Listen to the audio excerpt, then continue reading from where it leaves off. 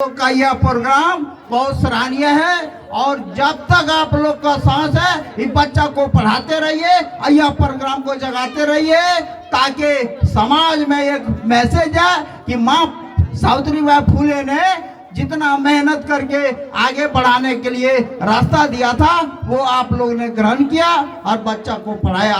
इसी के साथ मैं अपनी बात को वाणी करता। जय जय जय भीम। बहुत बहुत शुक्रिया, बहुत बहुत आभार हमारे बीच इतने शानदार अपनी बात रखा। आइए ऐसे ही कार्यक्रम से जब कुछ सीख समझकर हमारी माता बहन घर जाती हैं तो अपने पति से अपने साजन से एक बात कहती है। क्या कहती है मैं आप लोगों को सुनाता हूं।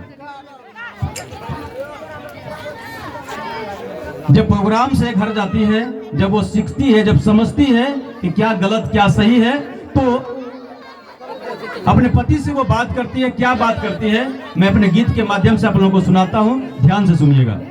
हो बात मानी के तोहार, हो बात मानी के तोहार, आज फूटल कपार, बात मानी के तोहार, आज फूटल कपार, बात मानी के तोहार, आज फूटल कपार, कैसे सुधर जिंदगी बता देना।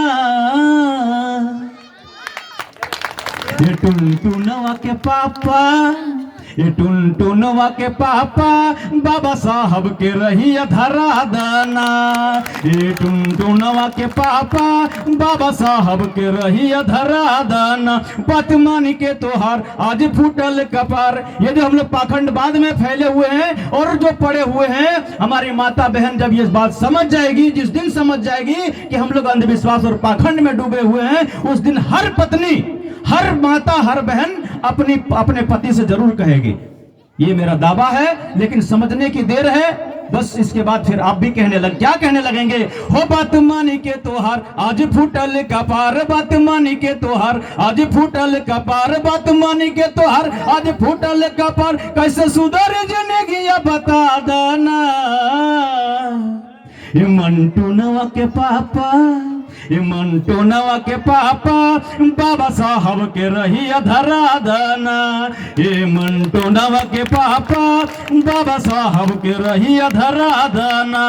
और क्या कहती है, अरे कहता नहीं बात ये गो सुना बलम, अरे कहता नहीं बात ये गो सुना बलम, जाके हमरा तुला दा कॉपी कलम।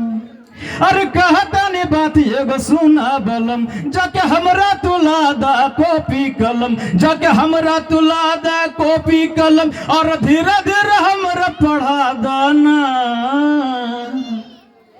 ये टुनटुनवा के पापा, ये टुनटुनवा के पापा, बाबा साहब के रही धरा दाना। ये टुनटुनवा के पापा, बाबा साहब के रही धरा दाना।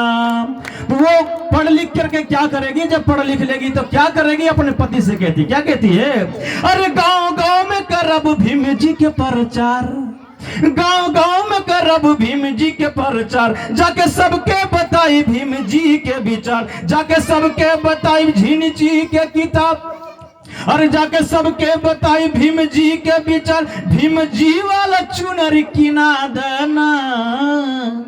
ये टुनटुनवा के पापा, ये टुनटुनवा के पापा, बाबा साहब के रही धरा दाना। ये टुनटुनवा के पापा, बाबा साहब के रही धरा दाना। और आगे कहती है, अरे घर से बाहर जब आए गो बजरंग बली, देखबे करते हैं लगभग दरवाजे पर बजरंग बली, ठीक है। घर से बाहर जब आए गो बजरंग बली, उत हंसे ना बोले उसे काम ना चली।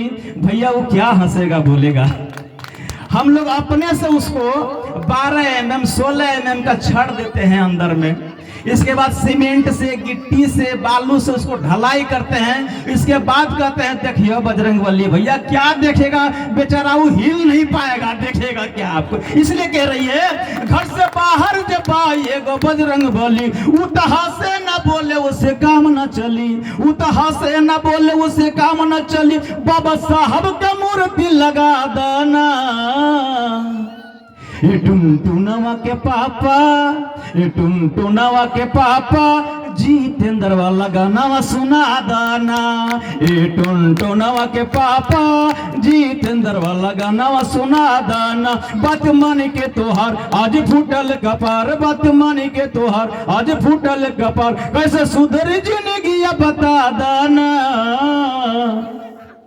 ए टुनटुनवा के पापा, ए टुनटुनवा के पापा बाबा साहब के रही धरा दाना।